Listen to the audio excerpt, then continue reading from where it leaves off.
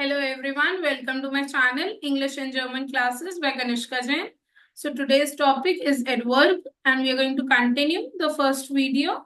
If you haven't looked it, please check out and come back to this video. So adverb part 2 by Oxford University Press, New Learners Grammar and Composition class 6. So coming back to the topic.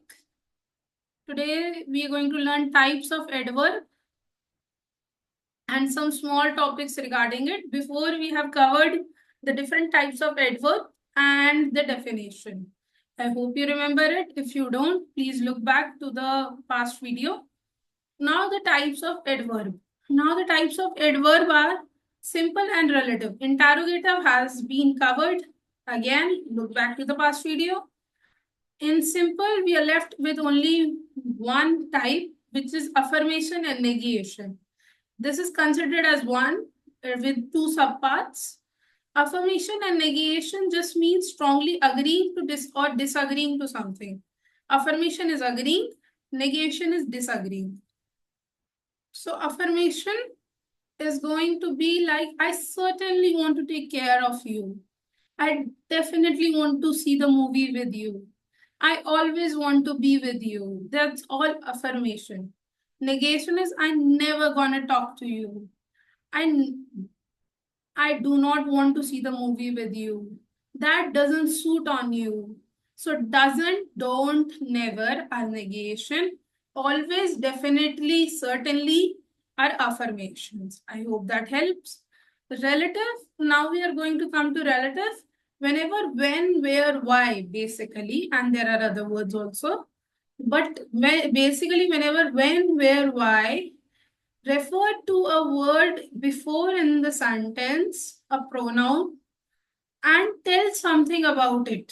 That's when it's called a relative adverb.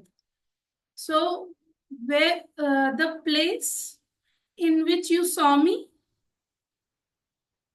where she was. The place in which you saw me is where she was. So the place in which you saw me is where she was. में कोई बता रहा है कि someone is telling that girl you are looking for, we can say, is exactly where the place you saw me. So the place is in the phrase before, and where here is highlighting that place where he saw him before is the girl exactly there. Let's take a less complicated sentence and less pronouns. So when, we can go by when, the day I took the flight is when my mother died.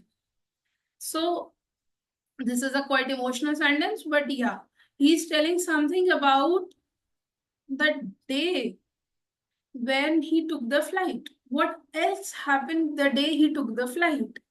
Maybe he was going out of the town forever or something else, but I hope you get the point through. Whenever, when, where, why, tell any other information about that time, place, and give reasoning to the action before is a relative adverb.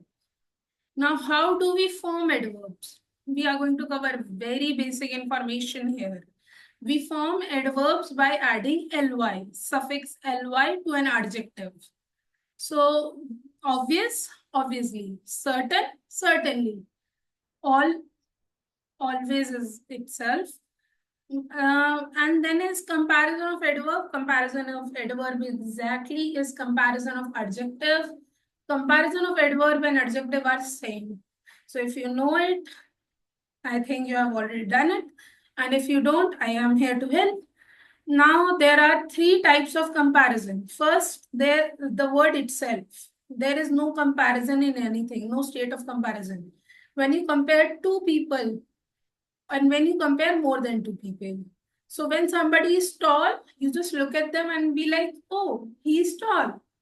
And when somebody is taller than the other person, you refer as ER. You add an ER to the tall.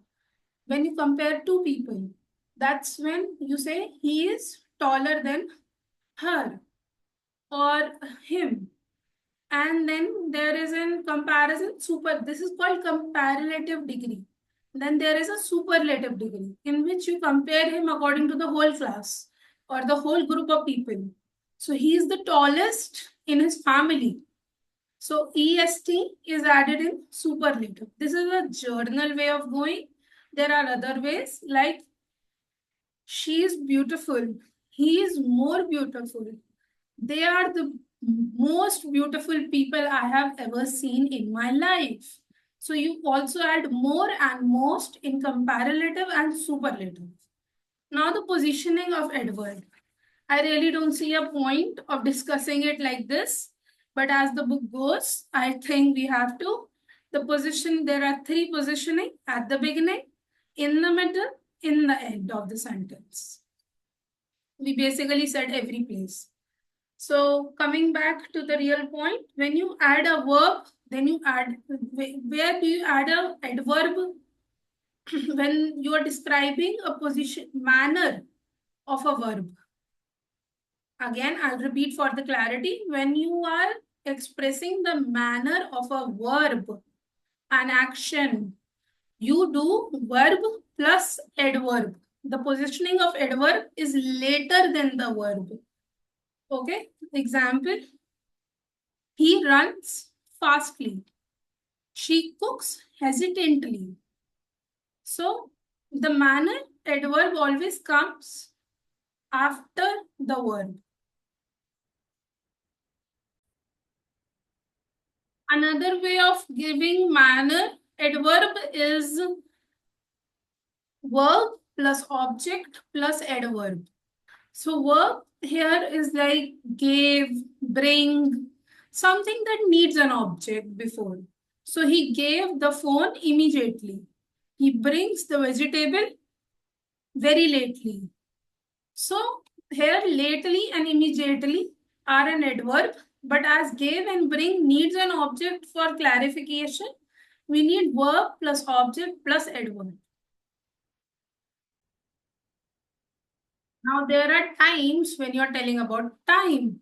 So when are you telling about time of adverb, you use adverb and then verb. Like he seldomly does his work. He often takes a walk. He regularly does this to her. So these are all time adverb. And they come adverb plus verb in positioning. When you compliment someone's like bad quality or good quality, then adverb plus adjective. A quality of good or bad is represented by an adjective, which is complemented with an adverb. Like you play with the degree of the adjective here by this adverb. Like he definitely go or definitely is a bad boy.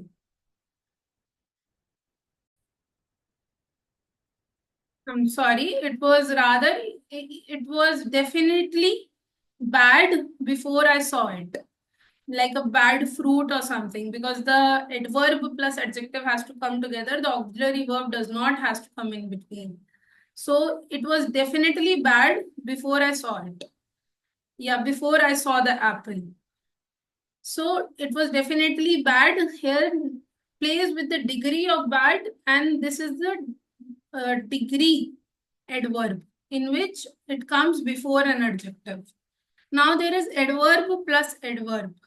Like if you are explaining a manner of something and you want to play with the degree of the manner, like so, very, these kind of words used as an adverb that comes before an adverb. How to remember them? By an example, like he works very slowly. She thinks so much. Now, much is an adverb, but so is also an adverb. I hope that helps. Now, the last is an auxiliary verb plus adverb plus main verb. What's that like? I really don't have any reasoning for this, but yeah, he was greatly praised for his conduct. He was greatly praised. Here, praised is a verb, greatly is an adverb, and was is an auxiliary verb. Or she is absolutely beautiful. So, absolutely beauty or absolutely beautiful. So, she's the absolute beauty or she is the absolute definition of beauty. So here she is the absolute definition of beauty में is as an auxiliary verb, absolute is an adverb, definition is a verb. So I think that helps. Today's class is over. I hope you come back for more English advice classes like this.